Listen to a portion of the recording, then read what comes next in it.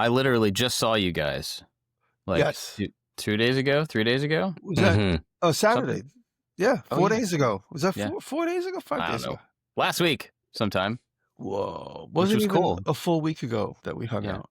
Not Honestly, even. it does feel like yesterday, though. I don't even know what I've done since then, so it feels like we were just together, and then we, But we got together near Boston for the Making It 500 event, which is in 2 episodes. Yep. Which is super weird, but Yep.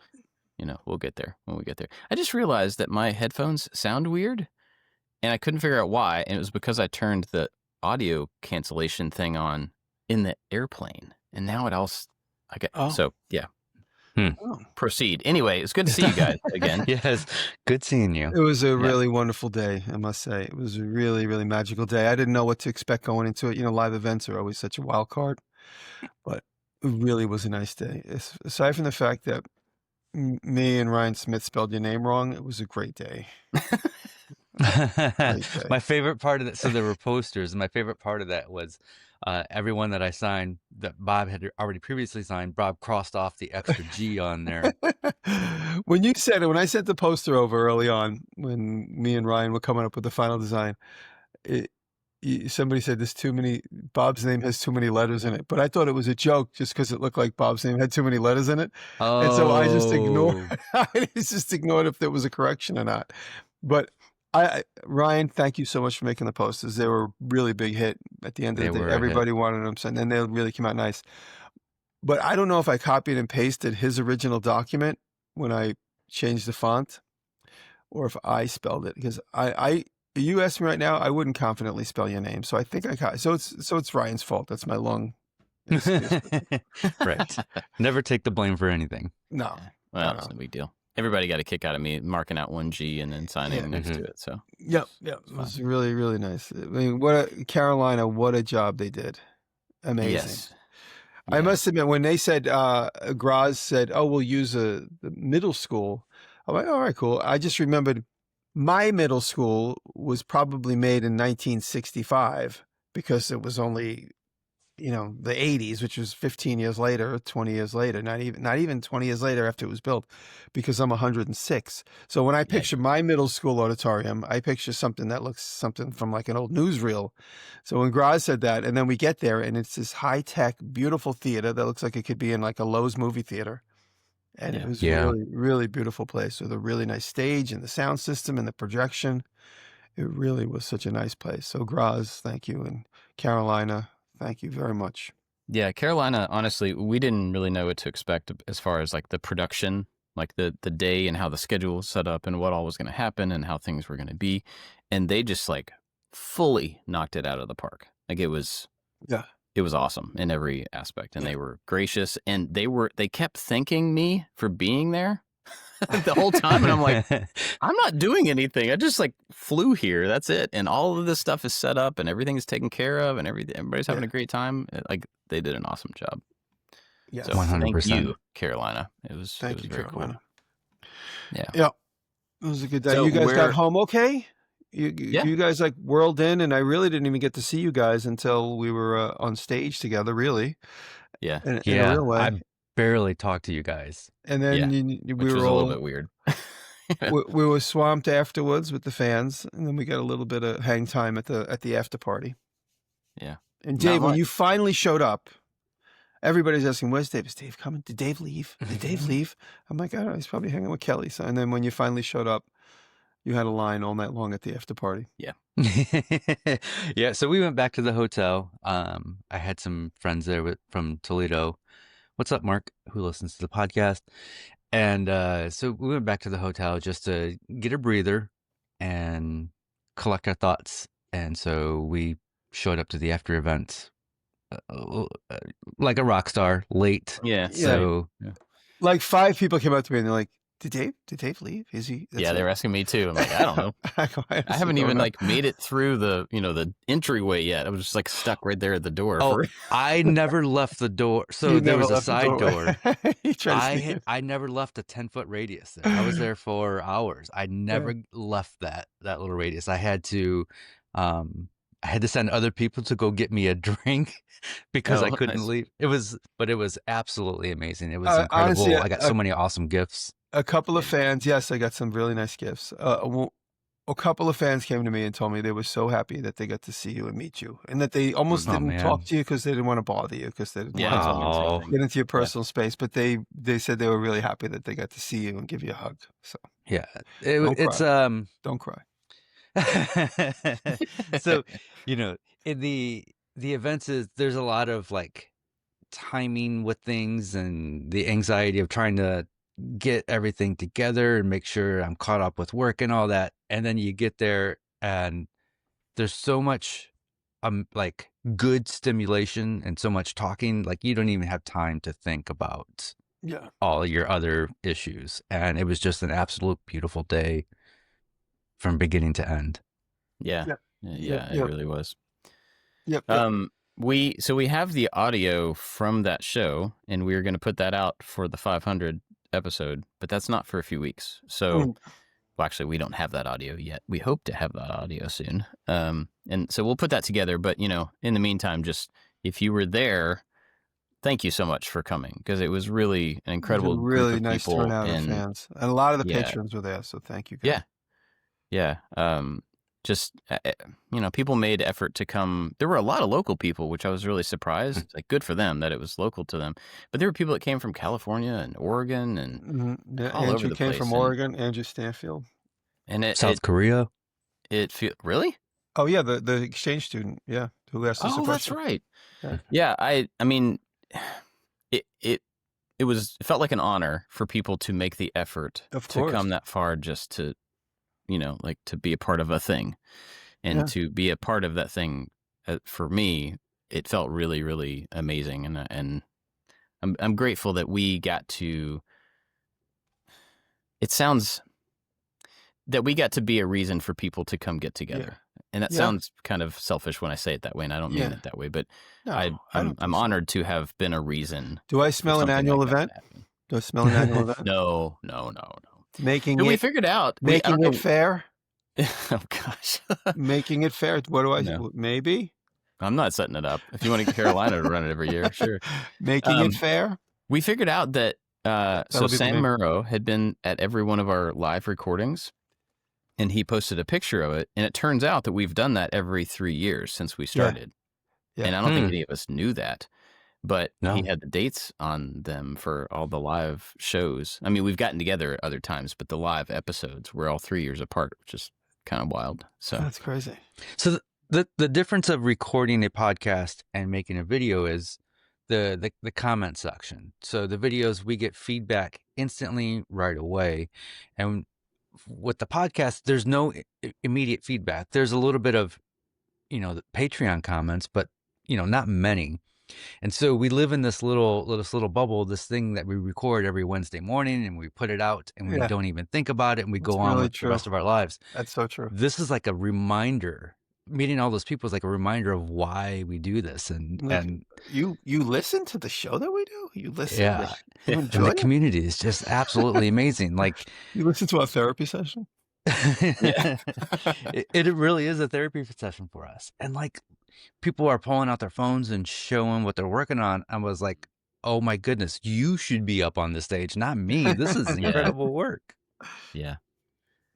Seeing some of the stuff, a lot of those people I have met before, so I know the type of work they do, even if I don't know the specific thing that they've been working on or whatever. So it's cool to see, like, oh, you're making another one of those things, or, oh, you're getting so much better at this thing that you showed me, 10 years ago or whatever. And that's awesome. And then meeting new people. There was a guy who, and I can't remember his name, but you talked about him. I talked to him for a while. Oh gosh, it's going to kill me if I don't figure out what his name was. Paul Landman? John Lehman. John Lehman, that's it, yes. Yeah. Sorry. And he starts talking to me about like the work that he does, and I'm like, oh, that sounds really cool. And he's like, oh, let me show you some pictures. And then he shows me pictures of this crazy Star Wars room that he built for some client, and he makes these giant garages that are themed after cars. And I'm like, what in the world, dude? This is crazy. Like, whole nother level You And I got to said, subscribe to his YouTube channel. It's absolutely incredible. I have now because I was blown Okay. away. And I was like, oh, so do you have like a crew of people? And he was like, no, it's just me. And my son here's, making videos about it. I'm like, oh my gosh. But it was So- cool in that there's so many, it's like new stuff, like new people who are obviously been Yeah. doing it for 30 years or whatever. And they have a huge, library of work, but I've just never run into it until getting face to face with people. And they're like, look at this, and it was awesome. Very, very cool.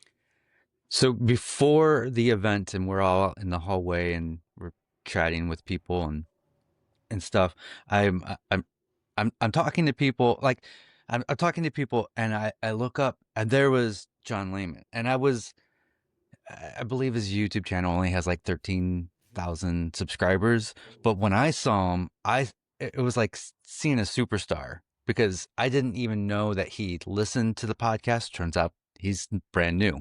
So we suggested him in one of our recent episodes, and he was wondering where this traffic was coming from, and so he was checking us out. And so when I saw him, it felt like I was starstruck, like, oh my goodness, like, I didn't know you listened to the podcast. And he's like, we just learned about it, and we just decided last night to fly out here. And I wanted to talk to him all weekend, because the work that he does is absolutely incredible. And there is a small little team, and his son works for him, and his son makes amazing. He's really good at shooting and editing video. Awesome. Yeah. Send me his channel link. I want to follow. Yeah, we'll put it in the show notes. It was cool to see all the stuff that people were working on, and just to get to catch up with people. I mean, there's some of those people, just like the three of us, there's some of those people that we've known for 10, 12 years, maybe more. And I was talking, like, Bernie Solo and I got to talk a little bit. And then I was talking to my parents later. My parents and my sister were at the event. And so I was talking to them later and asking them who all they had met and talked to and stuff. And so we got to talking about Bernie, and I kind of recounted the last 10 years of Bernie's life that I know. Bernie's been at everything. Yeah, Bernie's been at every single thing that I've been at, and way more. He comes to everything that we put on over here. He's in East Durham more than probably any fan of mine. And so it was interesting to talk to anybody in the community, to my parents, and be like, oh yeah, well, I've known Bernie for this many years, and he went through this, and he's doing this, and then he's in school with his son, and he's, just like all of these. I'm like, wow, I know a decent amount about this person that I've known for at a distance, for a long time. But it's just so cool. It feels like a family to have those people just come back around and constantly, be actively present in what we do, even though we're not. I'll speak for myself. I'm not actively present in a lot of different things outside of, my normal life.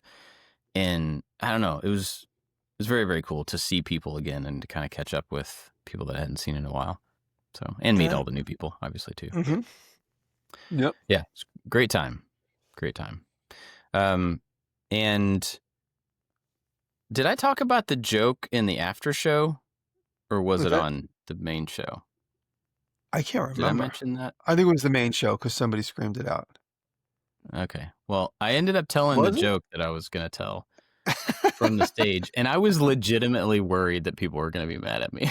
It's not like a dirty joke or anything. It's a joke that it's a joke on the audience. You know what I mean? Like the person telling the joke gets the joke, and then everybody else kind of goes, ah, like, and then they get to tell it. And it's more fun to tell than it is to hear. But oh my goodness. Every time you brought in a new character, I was like, is this the last one? Please be the last one. Oh my goodness. I was like, this is going on for like 20 minutes. We have a chat going on from the TV show since 2021. And Justine sent in she's like, this Bob's long joke reminded me of this, and it's a Norm joke. Oh yeah, she told me about that Norm Macdonald joke or something. Yeah, I'll send it to you guys.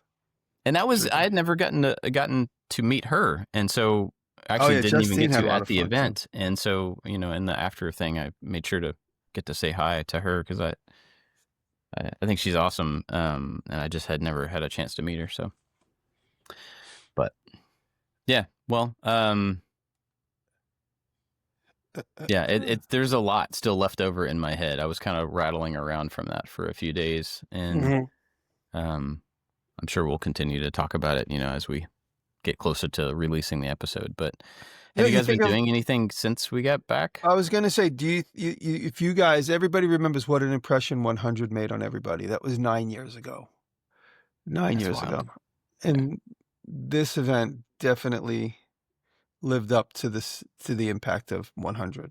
And that was one thing I was happy and impressed with. Yeah. So this is just thank you, everybody that was involved. Thank you. Yeah, For making that for happen. sure. But I got home, I had a little bit of a bummer because me and Mike recovered these 2 trees. I cut them down just before the weekend. They were behind the racetrack. The racetrack is on a river. Really, it's where 3 creeks converge and makes a giant swimming hole, like football field size swimming hole behind it.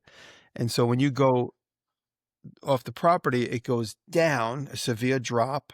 There's no fence or anything, but there's this really long slope. And then there's an ancient train bed from the 1840s. So it flattens back out for about 20 feet, and then it goes back down to the creek. So if you wanted to go into the creek, it takes quite a long climb. You got to go down about 30 feet to the plateau where the train bed used to be, and then you go back down another 30 feet. So people go swimming all the time. They're willing to make that climb to go down. But on the train bed, the abandoned train bed, there was this tree that I cut down just before the weekend. So me and my brother flopped it over to where I was able to hook it with my rope the other day on Monday and drag both the trees up. Me and Mike got them out of the train bed and got them into my truck and got them over to the sawmill. The first cut I went to make. Now, every time you use a tool that you haven't used in a couple of weeks, you always remember the easy mistakes. So when you put the log on, you got to level it. So the first cut is as level as possible through the log. You don't want to make a big taper if you don't need to. And then you flip it over and you're supposed to put the toe down. The toe is like the roller that like makes it level. So you put it down. So then now your next cut will be parallel to your first cut, but I forgot to do the toe. And so I made one cut, I left the toe up, cut. So I made a big, giant, long wedge. And I didn't realize it till I got to the end and I realized I left the toe up. So that whole log gone. It was already within the 6-inch limit. So let me throw the next log on. It was from the same tree. So I cut the next log, and as we're milling it up and planing it, I noticed like the corner comes right off with ease, like a whole big corner. I'm like, oh, I'll save that. I'll glue it back on. So I wrap it up and I put it in the truck and I get it on the lathe. And as I'm like preparing it and hand sawing it, I'm hand sawing off like the last 6 inches on each side. As I'm cutting it, every growth ring is like letting go. So it's like these peels of the onion are just falling off as I'm slicing into the tree. And I'm like, that's not going to be good. And so I wrapped the whole thing up with tape where I'm not going to do any figuring. Put it on the lathe and I start spinning, and water is like flicking out of the thing, even though it felt dry. The tree's been dead for a while. But as I'm lathing at it with the tools, like big chips are coming off. And then I'm like, I stop the lathe and I look at it, I'm like, this chip goes diagonally from one side of the 6 inches all the way to the other. I was like, I'm going to get into this thing and these big chunks are going to fly off and puncture my neck. It's like, let me retire this piece. So I had to retire that piece. And this is the 11th one. I always say it's always the very last one. When me and Dave would do installations in the city, like everything was breezy until we had to do the last cabinet door or carry up the last piece in the truck. It was always the same. So this is the 11th porch pole. So I had all the problems. I messed up one. The second one is no good, which makes me feel better because the first one probably had the same problem. And I have this big 8x8 that I was going to use as a column in the house. And it was just long enough. So I was like, let me take that. So I took this 8x8 pine over to the sawmill, cut it to size, brought it back, put it on the lathe. And for the first time in 11 poles, I turned the lathe on and the lathe immediately started going across the room. I had to like flick it off really quick because this was unbalanced. This piece that I put on was cut probably in the beginning of the summer from a live tree. All my porch poles I cut from dead trees that were dead since 2021. So they were standing dead. So when I cut them down, they were already kind of dried.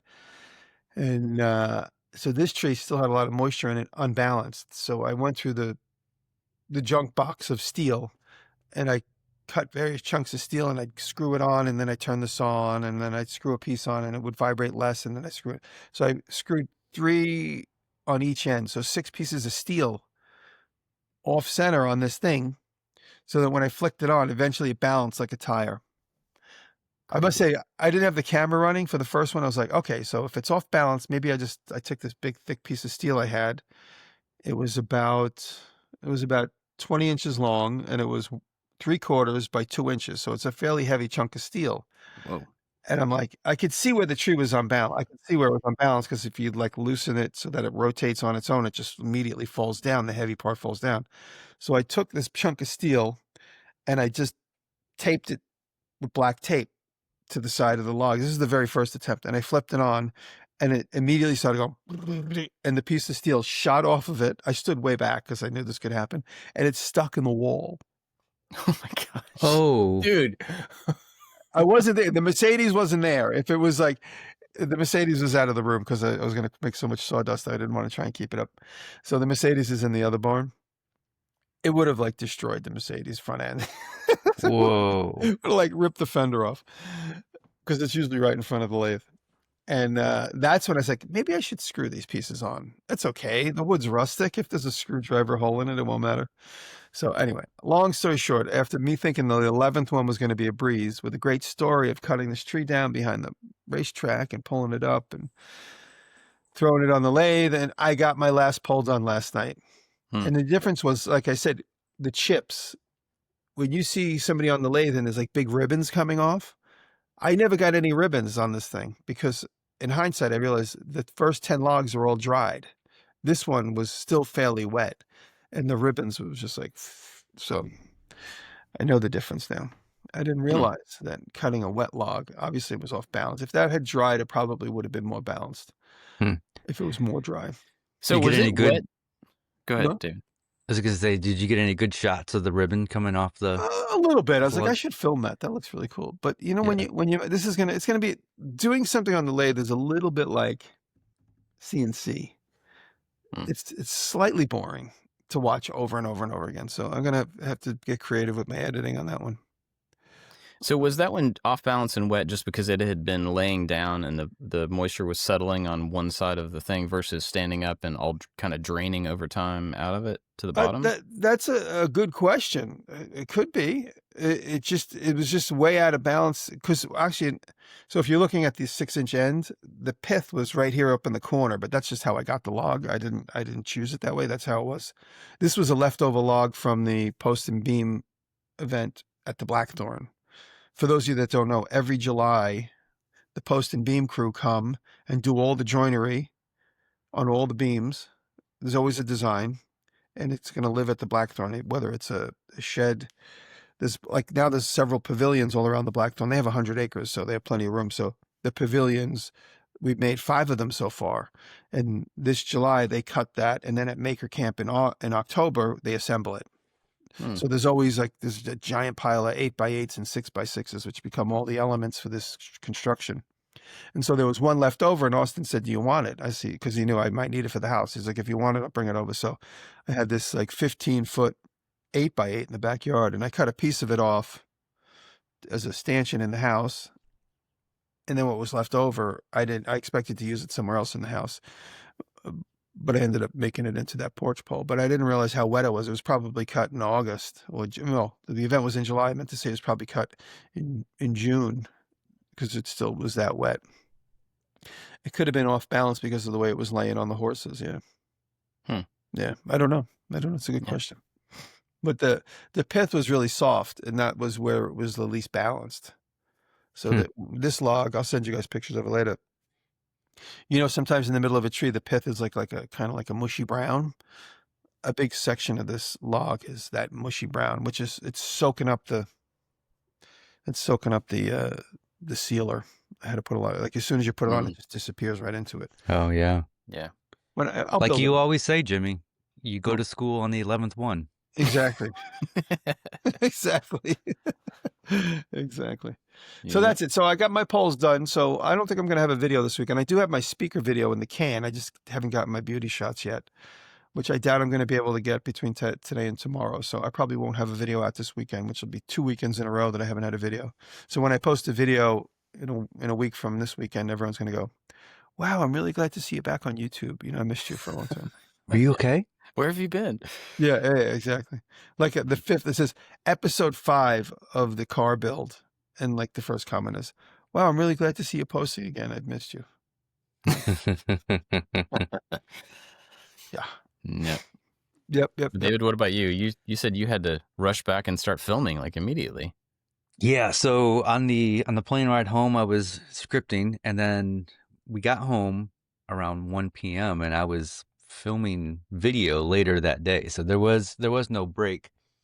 I made a full size like Danish modern chair, That's sexy. but That looks only with the awesome. laser cutter. Oh, Really? dang. Yeah, Is that just yeah, laminates? How'd you yeah. get? So Wow. and there's no other power tools. So we had the plywood dealer cut the plywood down for me, and then everything is cut on the laser. So it's done in layers. Oh, you were able to And take advantage of the joinery then? so yeah, Oh so yeah, you I see offset it. the seams. Yeah, Uh amazing. It must be strong as so hell. yeah, so instead of like making a leg and then making a side piece and joining them, they're different size pieces, and the seams are all offset.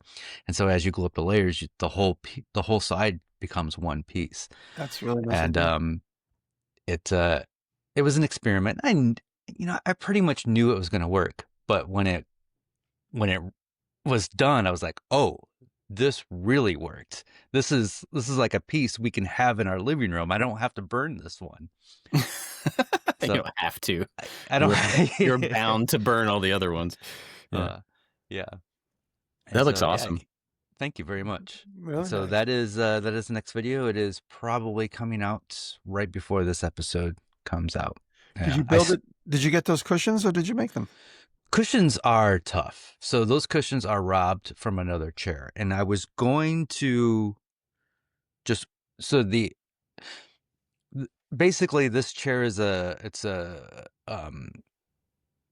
hybrid of two different designs. So I have this old 60, 70-year-old book on Danish furniture, and I kind of got the dimensions from that, but that chair sits more like a lounge chair. So you're kind of back, almost like an Adirondack chair. And so then I pulled dimensions from a chair that we have from Joyride, and I kind of combined them two. So it has the look from the book, but it has the dimensions of a physical chair we own. And I was like, okay, well, I'm going to go to the website where we got our chair, and I'm just going to order cushions for this one. And the cushions are like $325. Ooh. And I was like, oh. And then I start looking online for custom cushions. Cushions are expensive. And so right now, I just robbed them from another chair. And I didn't end up ordering cushions for this chair. I haven't decided what I'm going to do. There's a place in town that makes them, but I can't imagine it's going to be any cheaper. Yeah. But you could spend that same $300 on a sewing machine and then learn how to make them yourself. This is 100% true. Yep. Yeah. And I've been talking about getting a sewing machine forever. Maybe this is the reason. So yeah. I say that, and I'll say, yeah, it's probably not that hard not having any idea how to do it. Yeah. Yeah. Because you got to,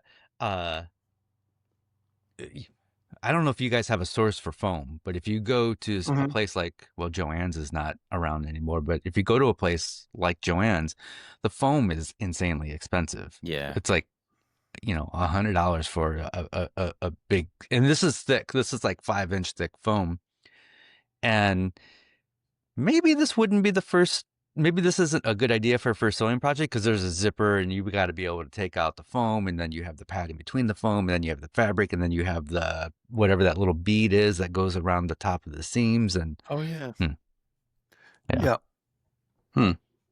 Or maybe it is a good first project. Who knows? Yeah, I mean, you maybe instead of the zipper, you do like a flap with Velcro, and maybe you leave out the little detail. I mean, there's ways around it to get the same shape and the same look without necessarily having all the same thing.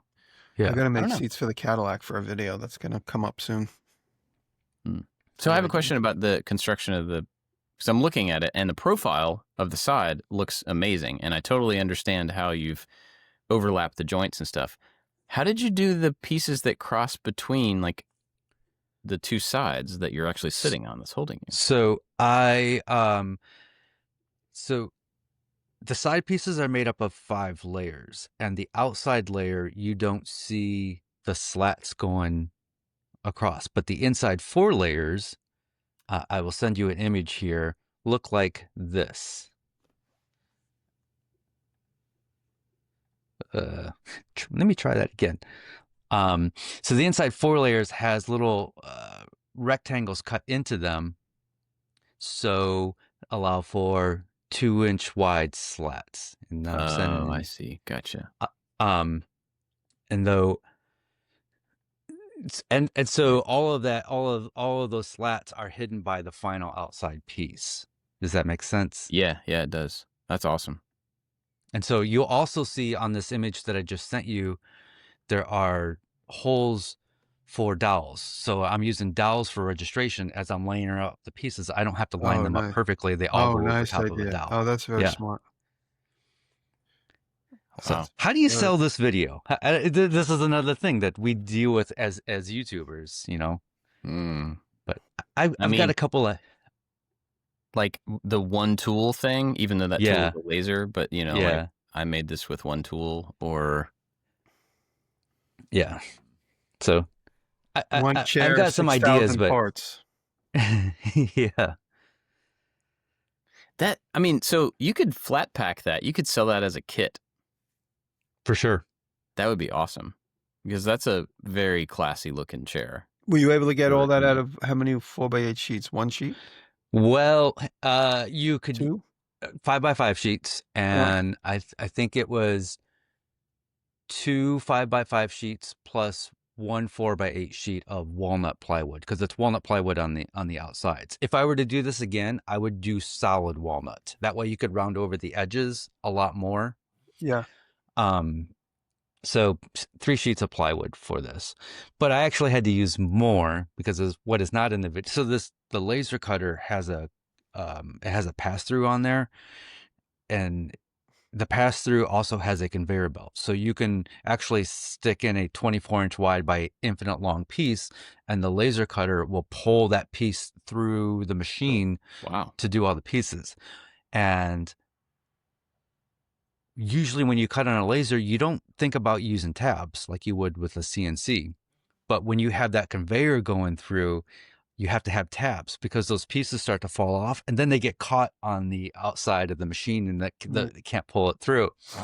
And so I ruined one piece there. And then there was another time the plywood warped too much. And so then the laser got too close to it started to hit the piece itself, and then it started to drag the piece. So there was another piece of plywood that got ruined.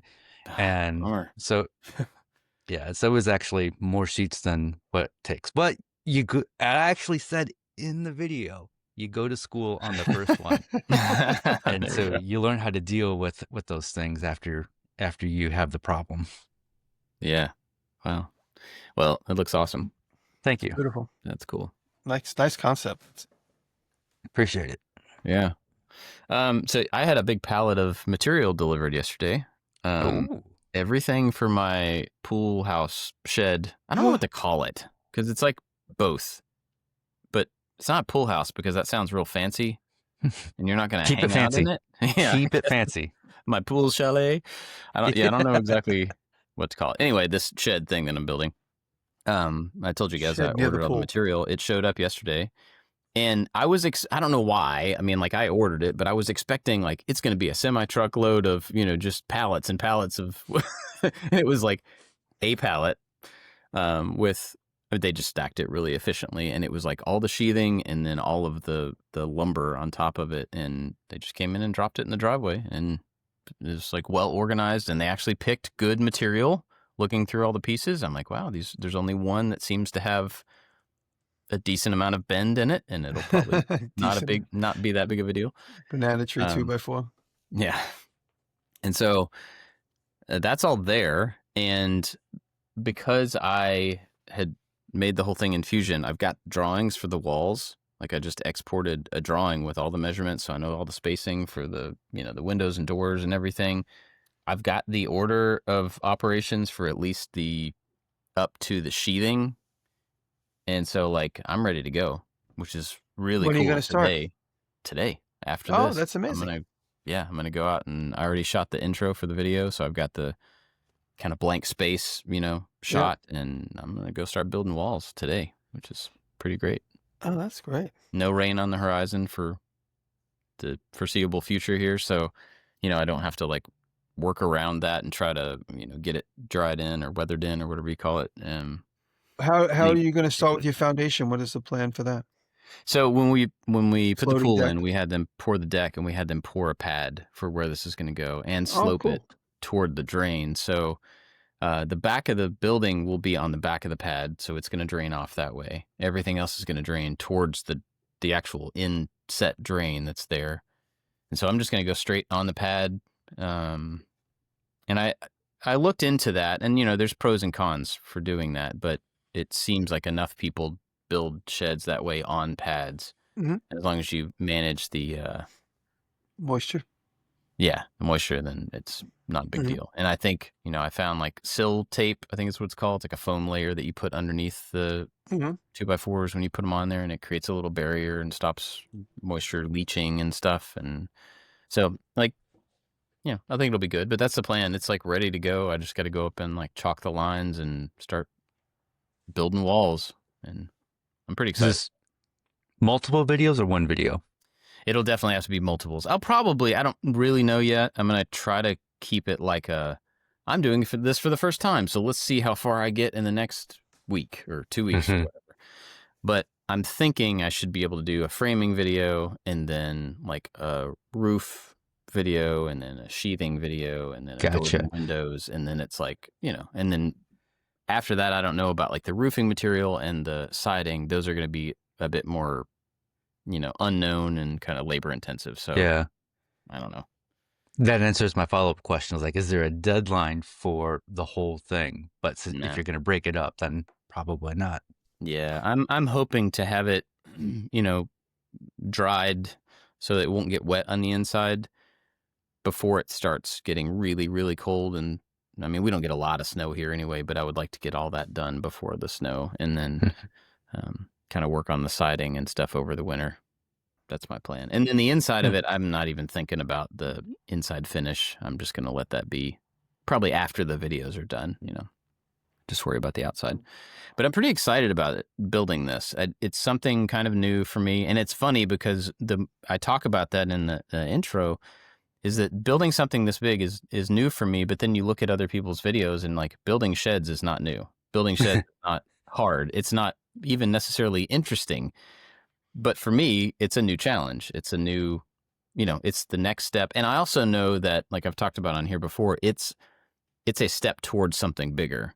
So me learning the stuff that I don't know and actually doing this is getting me that much closer to the A-frame. And I feel like the reality of like, yes, I have now done this small version. Mhm. I feel like that's going to give me a lot more confidence. 100%. You'll get that. To do the A-frame. And so I'm pretty excited about it. And then I've also got other projects that I can't quite talk about yet because they're under NDA. But they're due. One of them is due in beginning of October, which is like a month from now. And so I'm going to be building this thing outside and then doing some stuff inside that's very, very different at the same time. And I'm going to go back and forth and try to keep them both rolling. And I'm also going to Autodesk University.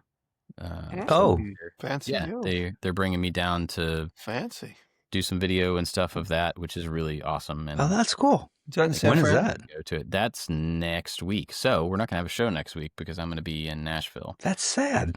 Yeah. Whoa. But I'm looking forward to it. So, how do you handle two projects at the same time? Like I don't know yet. like mentally. A little bit at a time. You just push one so along these and do are the other one. These are really different. Like one of them is construction, one of them is like electronics and inside, I don't know, like at a desk kind of thinking. And so I'm gonna just try to set up goals for, like tomorrow, if I can get this wall framed, then the next day I'm going to spend programming. And then the next day, so I'm just trying to keep them both balanced, knowing that the one that actually has a deadline is going to have to take priority. But I'm waiting on some product to show up. I'm waiting on some material to show up. So before I have everything I need to go on that electronics one, I'm just going to like steam ahead on the building and kind of see how far I can get. So Yeah, but I don't know. I mean, I don't typically have more than one project going at the same time.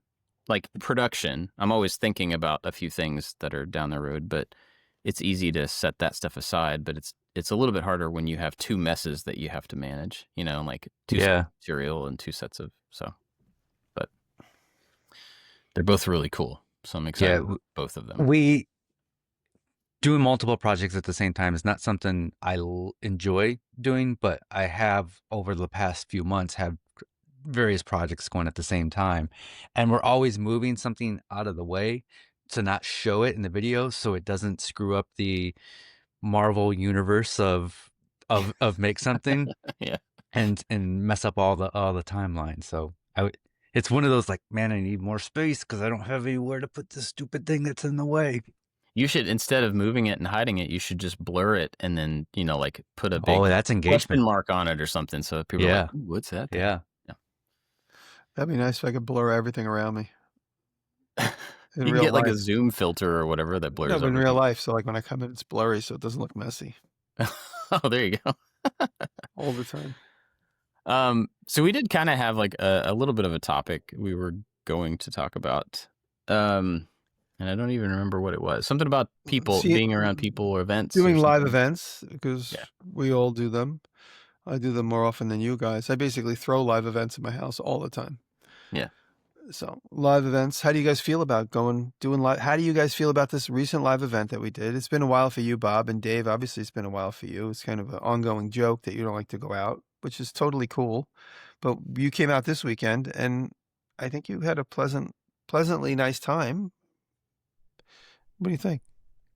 So, I mean, I had an amazing time. I think we joke about it so much. Sorry to cut you off, but we joke about it so much that people were very conscious not to annoy you. Yeah, and it actually or made me not think... necessarily annoy you, but to get into your personal space too much. But we kind of do it as a joke, and people were very respectful. At least they said to me, they're like, "Is it okay if I go say hi to Dave? Where is Dave? If I don't want to bother Dave," I'm like, "Just go say hi. Now's your chance to annoy them. He's going home tomorrow." I go to the events to talk to people and to hang out, and I think it kind of made me realize I probably talk about not leaving the house too much because it's a joke. It become a joke. I mean, I like staying at home. We bought this house so I could be here. Me too. I hate leaving. I have a routine. I have a schedule. I'm like a dog. When you break up that routine for the dog, they're like, "What?" Everything is chaos. Yeah. And so it is a disruption to the system when I have an event, because it's more than just leaving for 2 days. It's like getting all the other projects lined up and making sure, like, if you sell stuff and ship stuff, like that is all ready to go. And and all of that is just, it's not, stress seems like too strong of a word, but it can be stressful or cause a little bit of anxiety. And so maybe I've talked about it too much, and it's not that big of a deal. I am a very shy person. Something happens when something happens when I can prepare. So if I'm like, oh, I'm going to be talking to people all day, I put my talking to people all day suit on and I am completely fine. And, there's that for whatever reason, that shyness goes away. It's also nice to have 2 other podcast hosts to do it with, because it just feels like you're part of something. And, there's not, the focus is spread out. And so I hope everybody that wanted to come say hello or share what they're working on with me did, because that's why I'm there. And I look forward to doing it again someday. Not anytime in the next few months, but... Yeah. I agree with you in that I think all of us are adverse to like disruption.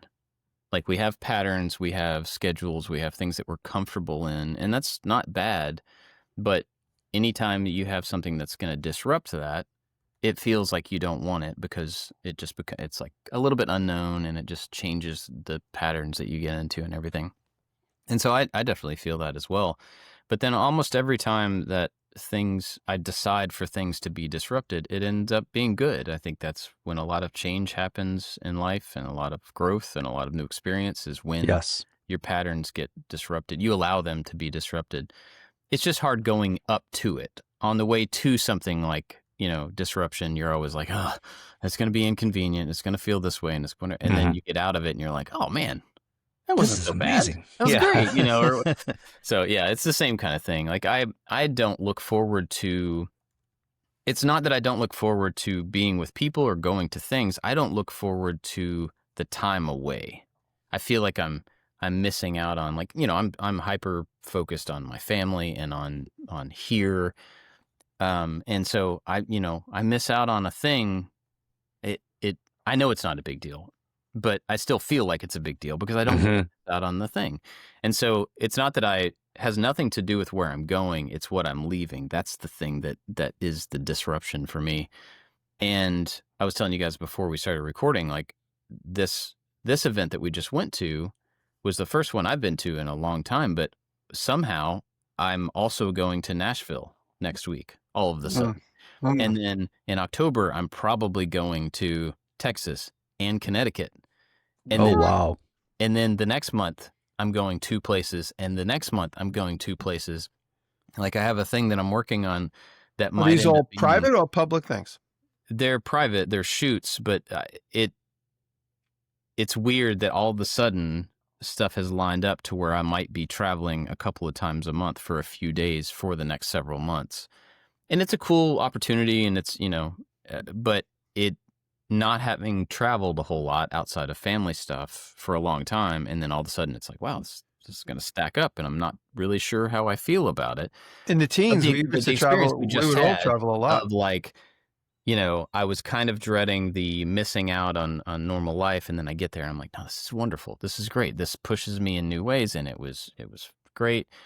Doing that kind of with people thing is different than going to do work somewhere, for sure. So I don't expect that same experience, but I think it was a good stretching of me to, like, you need to be disrupted a little bit more. You need to go do things that you're not necessarily looking forward to or comfortable with, or the thing that you're missing out on is not really that big of a deal to miss out on occasion. And so I'm in the middle there of looking forward to and not looking forward to, that those opportunities. Like, of course I'm looking forward to them, but I'm fighting that thing in me that doesn't want to be disrupted a little bit. So, yeah. One of the, I should have brought this up earlier. One of the biggest things for me was so many people talked about my latest video, which is basically just an art piece that hangs on the wall. I got so much amazing feedback on that, saying, this was one of my favorite pieces and I love this direction. Please keep it up. Because those particular videos, I don't want to keep talking about performance, but these videos, they don't do well because I don't know how to sell them. But getting that real feedback from people saying that is absolutely amazing, because I felt like this latest project it's my favorite project so far. My next project will probably be my favorite project, but right now that last one it is my favorite. And so to get that feedback and say, like, please do more of this is the push that I need to keep pursuing that creative stuff. I did say a while back that, I'm not going to do like tool videos, but and now I've got like a couple of tool videos that I'm working on, and it kind of stinks, but I try to bring creativity into it anyway. I do have to pay bills, and Yeah. art doesn't always pay the bills. But I just wanted to thank all the people that came up and gave me the encouragement to keep pursuing the creative route that and path that I'm on. Mm-hmm. So, yeah, and I needed that. I definitely needed that face-to-face public talking. Yeah. And like you said, we don't get comments too much on the podcast. We hardly ever see. There's no ongoing public comment section, which is something that podcasts probably should figure out a way to do. But there's no YouTube for Well, there is YouTube for podcasts, but we all go to our listeners. If our listeners, various listeners, would have comment sections, interactive comment sections versus just leaving a review.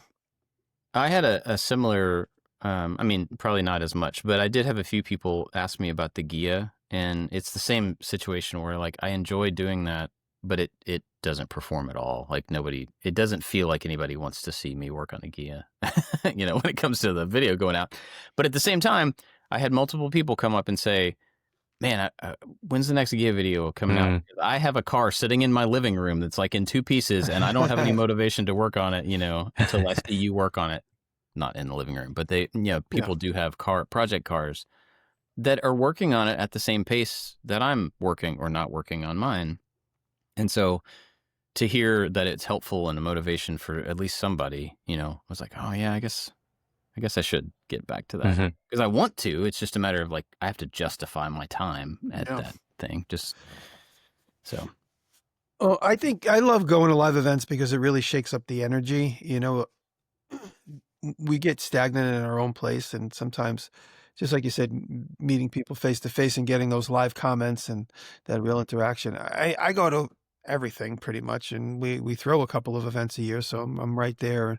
And mostly everybody that we saw this weekend, or a lot of everybody we saw this weekend, I see a lot more often at the go-kart. A lot of the same guys come to the go-kart, or at least a big number. And then, of course, Maker Camp. A lot of the guys come to Maker Camp. But I love meeting people because you just never know what it's going to trigger. Obviously, friendships are the most important thing. Friendships and connections that could help each other.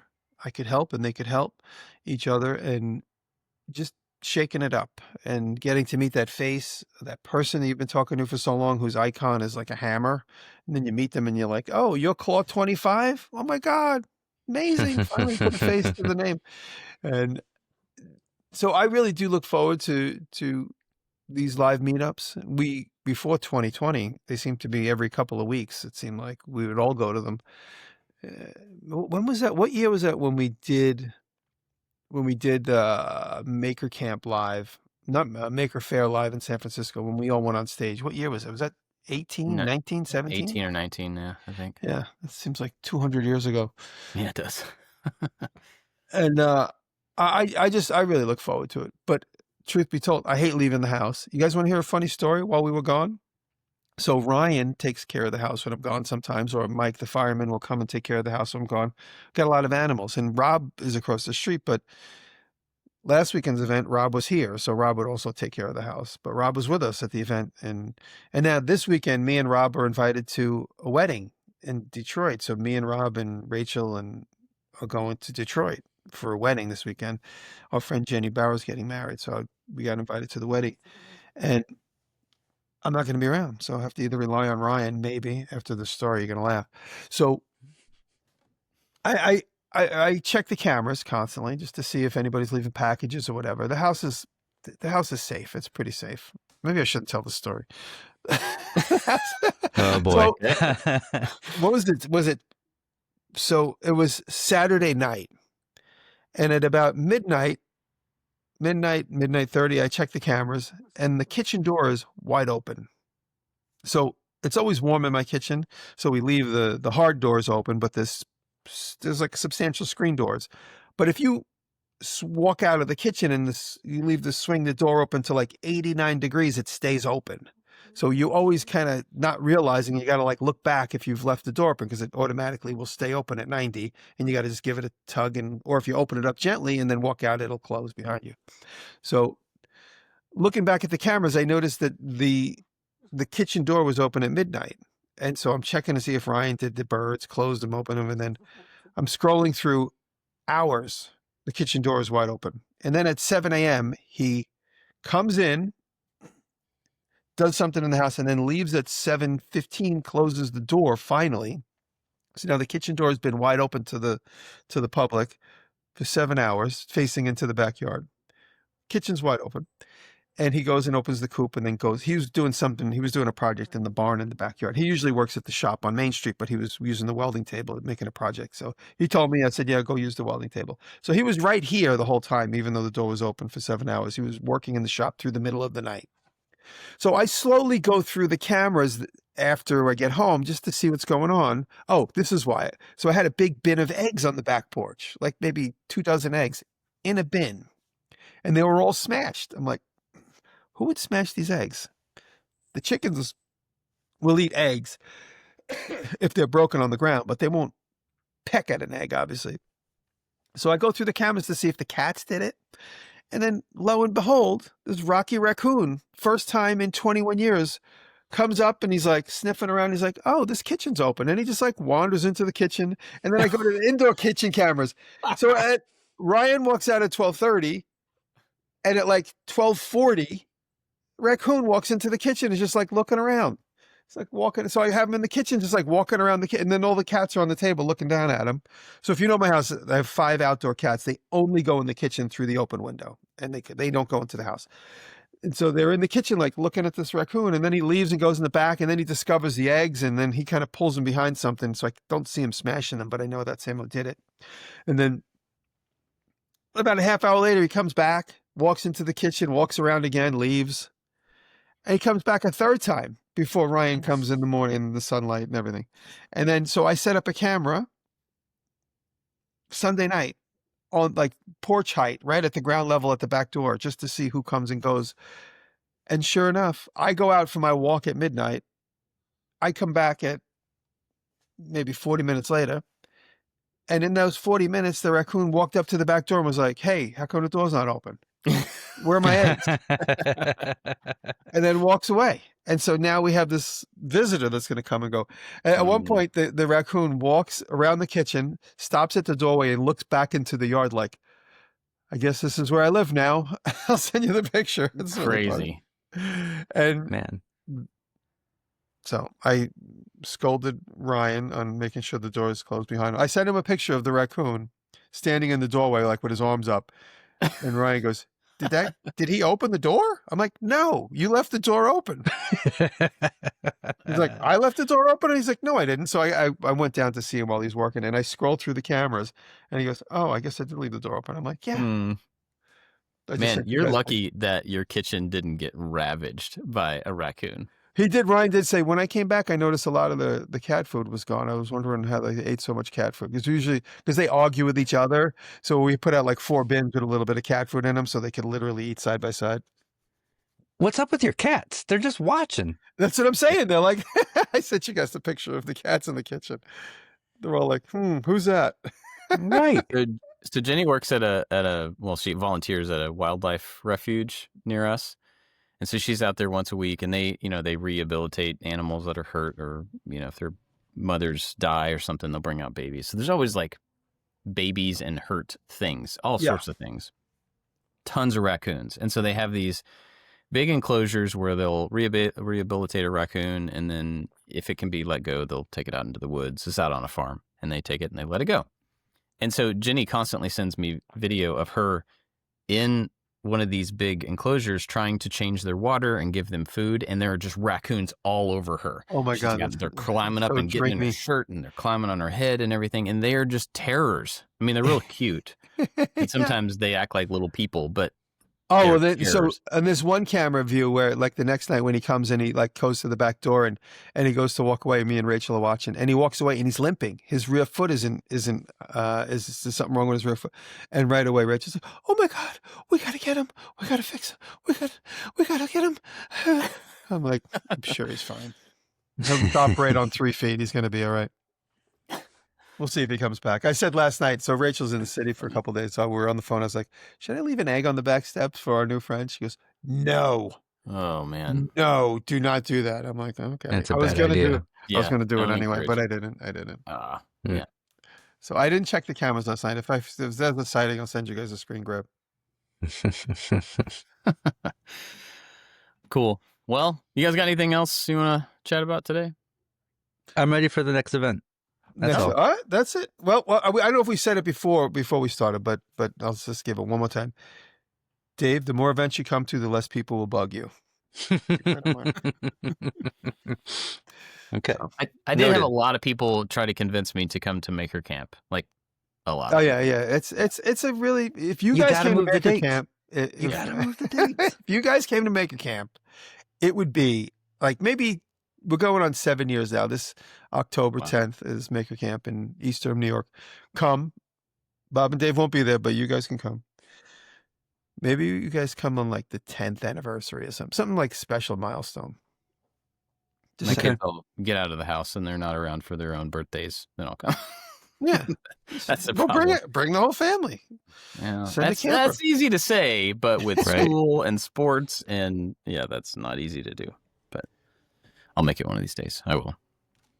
Just like cool. Get rented like a Griswold station wagon and bring everybody. Oh yeah. Well, cool. I want to thank everybody who came to the event and Carolina, Graz.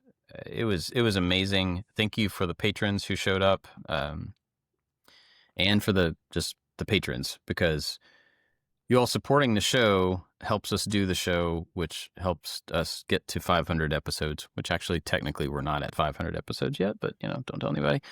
But the support really makes a difference, and it makes a difference for us, the three of us, but it also, obviously, being at that event, the patron support makes a difference for other people. And that's something that I don't know that I had ever thought about. And hearing that from people into the microphone, that I don't know, it's important. And so thank you to the Patreon supporters of this show and of our stuff individually, but the people that support this show, you are helping more than just the three of us. So I'm very grateful for that, and thank you. And there's a lot of people that support the show at all different levels. A lot of people it's at $1, which is amazing. That is something, and we are grateful for that. There's also the people that go above and beyond that support at a whole different level, and we're super grateful for them. That is Works by Solo, Warren Works, which it was cool to meet him and see he had a wooden hat that he made, 2 wooden hats. Oh, my goodness. Yeah, that was awesome. That was cool. Yeah. The new Janky Workshop, Scott at Dad It Yourself DIY, Rich at Low End Designs. Was Rich there? No.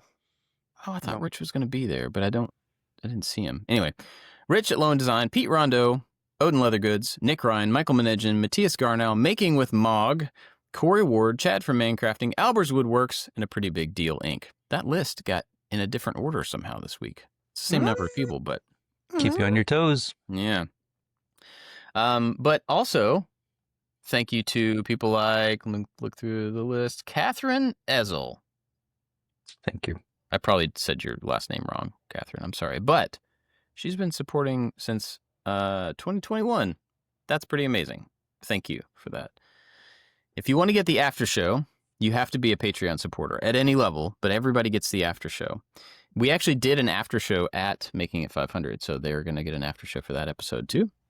It was fun. So if you want to get the after show, you have to go to patreon.com/makingit, support at any level, and then there will be an RSS feed in Patreon that you can get. You can put it in your podcast player so you can listen to the after show every week, every episode. So big thanks to everybody over at Patreon. Go check it out. And I have my picks already done. Do you guys have anything to recommend? I'm ready.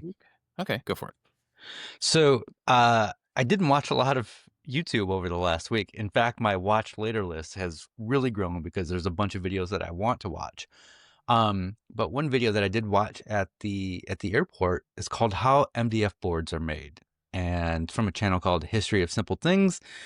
And it's just a fascinating video. I mean, we all use MDF in our stuff, love it or hate it, but it's kind of cool to see how it's made.